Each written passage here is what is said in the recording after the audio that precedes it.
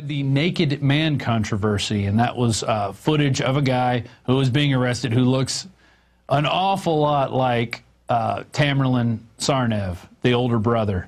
We had the aunt on. We interviewed her. She said she's 100% positive it's him. Well, Business Insider is reporting now. Police say the naked man arrested in Boston was not Tamerlan Tsarnaev. On Thursday night, while police were hunting in Watertown, Massachusetts for bombing suspects Tamerlan and DZHOKHAR'S Arrest, at one point they arrested a naked man who looks a lot like Tamerlan. Police say the naked man is not Tamerlan, despite various conspiracy theories going around the internet. According to official account, Tamerlan died after a shootout with the cops, riddled with bullets and shrapnel before being run over by his brother who was fleeing the scene in an SUV. Well, there's also people who've called into talk shows and said, hey, they saw Tamerlan being pulled out of the car. FBI showed up, took a photograph of the guy, walked away, and that, you know, he was never run over by a car and he was alive when they last saw him. But, you know, who are you going to believe? Are you going to believe the government? Or are you going to believe eyewitnesses? Are you going to believe the dung beetle? Here's Janet Napolitano out of Yahoo News. Napolitano, DHS knew of Boston bomber Russia trip. And this was the Russia trip that was first reported on by Mail Online, how the Russians actually asked us to investigate this guy.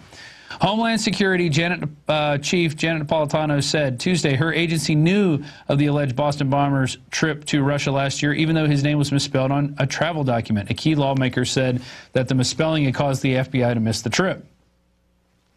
They told me they had no knowledge of him leaving or coming back, so I would like to talk with you more about this case. And that's Lindsey Graham, who's talking to Napolitano. She said the system pinged when he was leaving the United States, but by the time he returned, all investigations have been closed.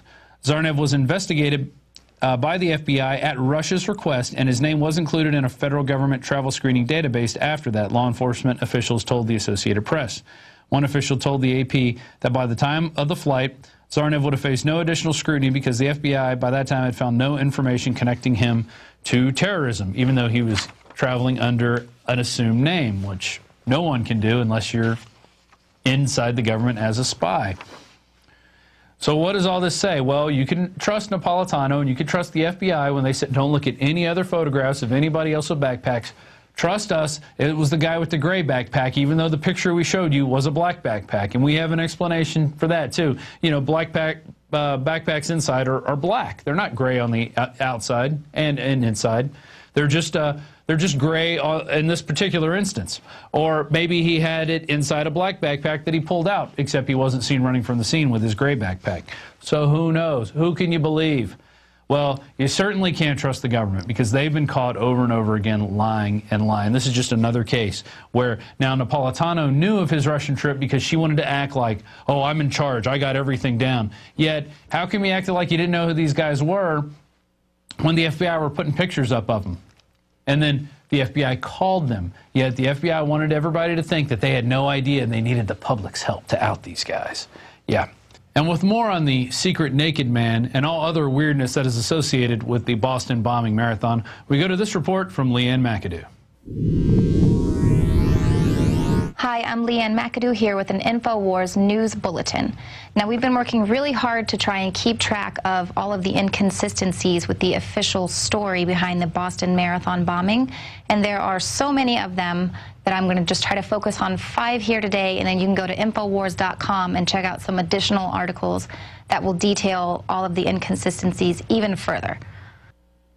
The media announced that the suspects were in custody at the Boston courthouse.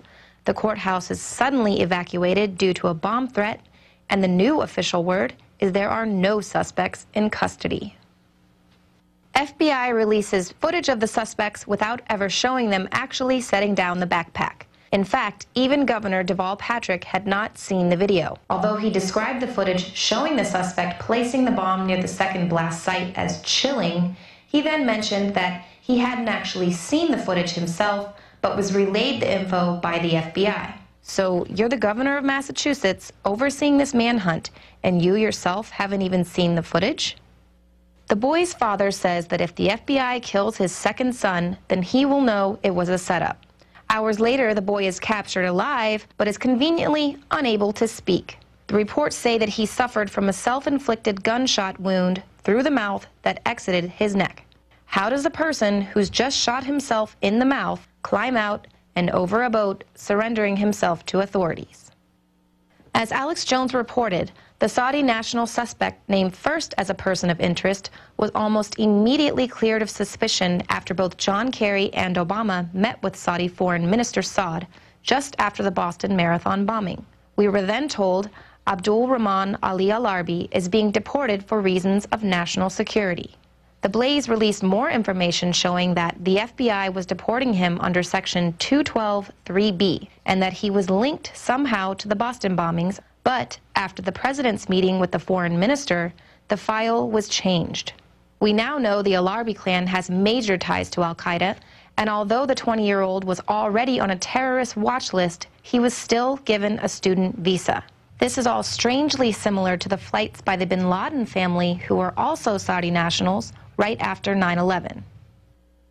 Why did the FBI ask for the public's help in finding these guys? It's already widely reported that the FBI had been alerted to Tamerlan Tsarnaev at least as early as 2011. Homeland Security said they reviewed the man's associations with suspected extremists, his travel and education history, and concluded that there wasn't incriminating information to prove he had extremist leanings. Is this just another case of the FBI allowing a terror attack to take place in order to take advantage of a crisis? Now, we would just like to say thank you to everyone who's been sharing your information, sending it to tips@infowars.com. All of your information has actually helped to keep us on top of all of the breaking news. So thank you, and keep sending the information. I'm Leanne McAdoo, and this has been an InfoWars News Bulletin. Visit Infowars.com and PrisonPlanet.com. When you're on the site, you can also tune in 24 hours a day to my daily radio broadcast. There's also a free iPhone app to listen to the syndicated radio show when and where you want.